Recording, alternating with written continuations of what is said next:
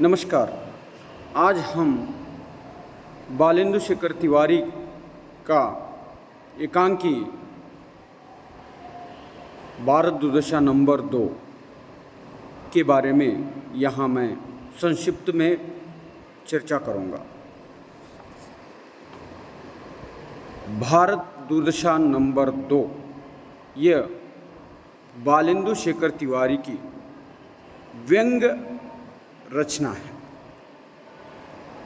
इस रचना में भारत के आधुनिक समाज की जटिल समस्याओं पर बालेंदु शेखर तिवारी ने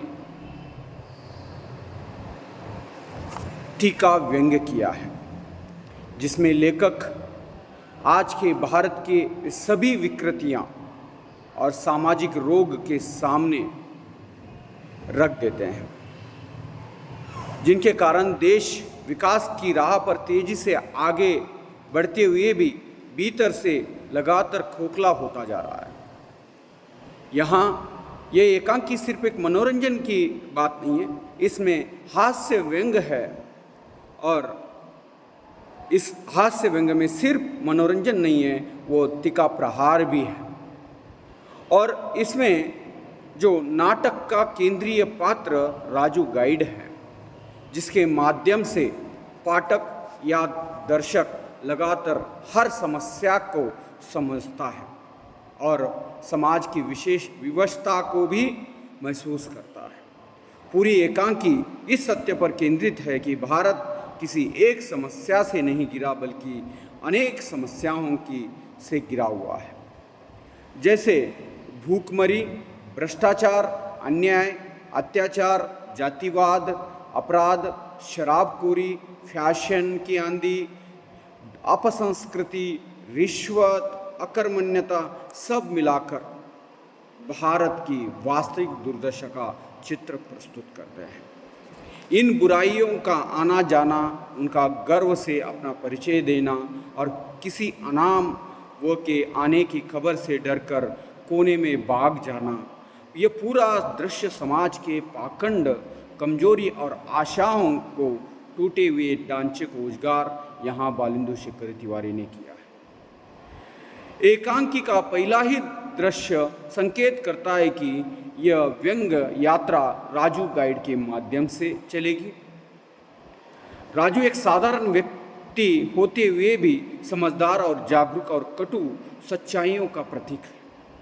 उसका कार्य पब्लिक यानी आम जनता को विभिन्न बुराइयों से परिचित कराना है। और यहाँ इसमें पतन पंडित जो पात्र हैं और उसके साथ साथ जो रिश्वत लाल हैं और जातीयता शर्मा हैं और अपसंस्कृति है और इसके बाद अपराध हैं और इसके साथ साथ जो इस पात्रों में अगला पात्र है मिस्टर इंडिया, जो शराब और मानवीकृत रूप है। मिस्टर इंडिया कहता है, दुनिया वाले मुझे शराबी ना समझे, मैं पीता हूँ लेकिन मुझे पिला ही गई है। अब मैं बर्थडे पार्टी सब में मौजूद हूँ। ये पात्र व्यंग और उस समाज पर शराब को बुराई मानती हुई भी उसका उपयोग बढ़ाता है, जहाँ शराब और आज त्योहारों के लेकर शादियों तक हर जगह का हिस्सा बन गई है। और इसके साथ साथ मिस्टर इंडिया का कहना है, मुझे पिलाया गया है, ये दर्शाता है। और इस पूरे एकांकी में बार बार वो आ रहा है, कहाँ जाता है, वो है आदर्श पुरुष, सच्चा नेता, ईमानदार नागरिक, परिवर्तनकारी व्यक्ति, समाज सुधारक। लेकिन एकांकी के अंत तक वो नहीं आता है। और जब पब्लिक राजू अंत में निराश होकर कहते हैं, हम जिस आदमी की राह देख रहे थे वो आया ही नहीं, तब लेखक अपनी बात सबसे तीखे रूप में रखता है कि समाज को बदलने के लिए कोई भी नहीं आने वाला है, ये काम समाज के हर नागरिक को खुद करना होगा। यही इस एकांकी का जो अंतिम संदेश है। धन्यवाद। और इसमें इस एकांकी के कुछ विशेषताएं हैं, जैसे भारत की यथार्थ दुर्दशा को यहाँ दर्शाया गया है। आज़ादी के बाद की भारत की विडंबना को बताया गया है। भ्रष्टाचारी, भूखमरी, अपराध, अन्याय एवं अत्याचार का भी चित्रण यहाँ किया गया है। समाज को भ्रष्टाचार से पतन करने का कार्य को बताया गया है। जाति के नाम से भेदभाव जातीयता शर्मा के द्वारा बताया है।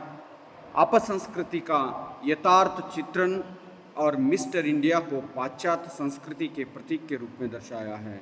जनता जिसकी राह देख रहे हैं वो कभी नहीं आता, वो स्वयं होता है। यही इस जो व्यंग्य एकांकी का जो विशेषताएं हैं। धन्यवाद।